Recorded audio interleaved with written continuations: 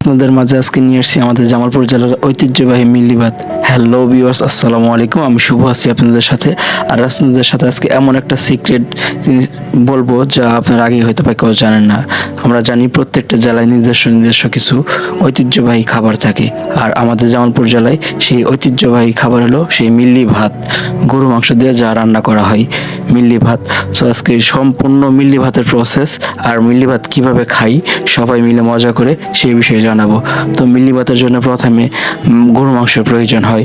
তারপর গরু মাংসগুলো রান্নার প্রক্রিয়া এভাবে করতে হয়। ইতিমধ্যে আমাদের রান্না বান্না শুরু হয়ে গেছে, রান্না হচ্ছে মিল্লি ভাত। যেহেতু আয়োজন করা হয়েছে গ্রামের প্রত্যেক মানুষে আসবে মিল্লি ভাত খাবে, আমরা এই নিয়ে এক্সাইটেড। এদিকে রান্না অটোমেটিকলি অনেক কাজ থাকে, এটা তো জানেনি, রান্না বান্নার কাজ সেগুলো চলতেছে, সবাই সবার দায়িত্ব পালন করছে। এদিকে বাবুর্চি মশাই তার রান্না বান্না কাজের জন্য তার লোকজন নিয়ে তার কাজে ব্যস্ত। এদিকে গ্রামের আশেপাশের লোকজন চাচা জ্যাঠা তারা আসছে, পরিদর্শন করতেছে আসলে কাজগুলো কতদূর হলো, সময়ের মধ্যে খাবার দিতে পারবো কি না, আসলে কাজগুলো কেমন করা দরকার, কারে কোন কাজে দেওয়ার জন্য, এগুলো অনেক বিষয়ে কথাবার্তা হচ্ছে। আর এই ফাঁকে বলে রাখি, আমাদের জামালপুর জেলার ঐতিহ্যবাহী খাবার যা আপনারা বাহিরের লোকেরা বলতে পারেন ঐতিহ্যবাহী খাবার, অনেক দেশে অনেক কিছু হয়। মিল্লি ভাত আসলে খাবারটা কেমন, মিল্লি ভাত আসলে খাবারটা কেমন, আর এই মিল্লি ভাতটা বোঝাবো কীভাবে সেটা বোঝানোর জন্য আমি ছোট্ট করে একটা বলি। আপনারা ঢাকা শহরে বা বিভিন্ন জেলা পর্যায় শহরে যে হালিম বলেন আর কি, সেই হালিমের মতোই মিল্লি ভাত। হালিমটা হয়েছে একটু নরম আর এই মিল্লিটা হয়েছে একটু টাইট, এইটাই মিল্লি ভাত বলা হয়। আর এই আমাদের জামালপুর জেলার ঐতিহ্যবাহী আরও কিছু খাবার আছে, সেটা হলো যেমন সানার পোলাও, সানার দুধি, মানে অনেক কিছু আছে এরকম। এর মধ্যে ঐতিহ্যবাহী কিছু খাবার সেটা হচ্ছে ওই যে আমাদের গ্রামে বা জামালপুর জেলার ঐতিহ্যবাহী খাবার হচ্ছে মিল্লি ভাত। আর এই মিল্লি ভাত আয়োজন করার পাশাপাশি আমরা অনেক ফুর্তি করে থাকি বা আমোদ করে থাকি, মজা হয়ে থাকে। যাক, মিল্লি ভাত ইতিমধ্যে রান্না শেষ, এবার আমাদের মিল্লি ভাত ডেকোরেশন করা, খাবার প্রস্তুত করার কাজ চলতেছে। এদিকে সবাই যে যার কাজে ব্যস্ত। ইতিমধ্যে অনেকগুলা খাবার রেডি করা হয়েছে। যদি আমি একটু খাবারটা দেখাই তাহলে আপনারা দেখতে পারবেন, প্লেটে ভাত, তার উপরে মিল্লি, মানে গরু মাংস মিল্লি, এগুলা দিয়ে মানে রাখা হইতেছে।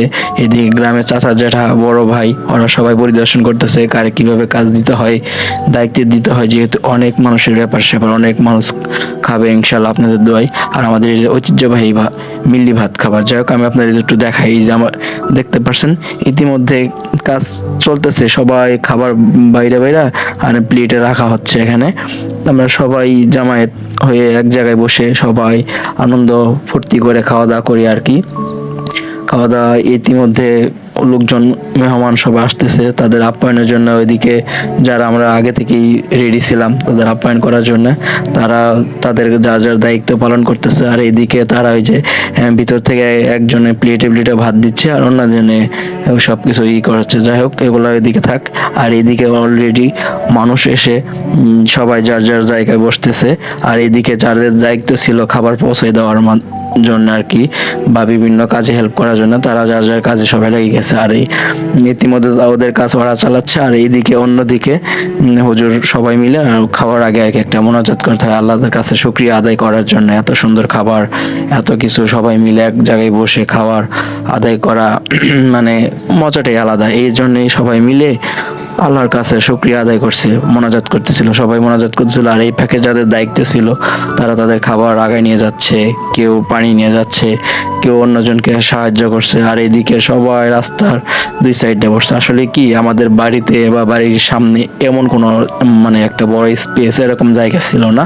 আমাদের বাড়ির সামনে একটা রাস্তা ছিল, পাকা রাস্তা। যাই হোক, এই রাস্তায় এত গাড়ি ঘোড়া বা চলে নয়, গ্রামের ভিতরে রাস্তা তো এরকম আর কি। দুই সাইডে এর জন্য রাস্তা দুই সাইডে মেহমানগুলোরে বসানো হয়েছে। আর কি মেহমান বলতে কি আমাদের গ্রামের সবাই আমরা এইভাবেই মানে মজা করে খাই। তারা সবাই দুই পাশ দিয়ে বসছে।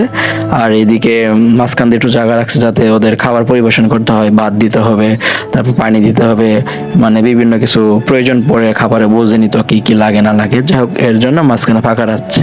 আর এইদিকে সবাই ইতিমধ্যে খাওয়া শুরু করে দিচ্ছে। আর এদিকে আমার এই হলো আমার কাকা, সে আশেপাশে পরিদর্শন করছে কে কি পাচ্ছে বা পাচ্ছে না এগুলো দেখাশোনা করছে। এই ফাঁকে অনেকেই আছে, আমার বড় ভাই, জ্যাঠা, কাকা, চাচা, গ্রামের মুরব্বিয়ান, তারা সবাই চলছে। অনেক খাওয়া দাওয়া, অনেক মজা হচ্ছে। আর এই যে পিটুলি ভাতের শেষে ওই ডাউল দেওয়া হচ্ছে, আর মাসের ডাউল বলি আর কি, মাসকলাই ডাউল, অনেক মজা আসলে।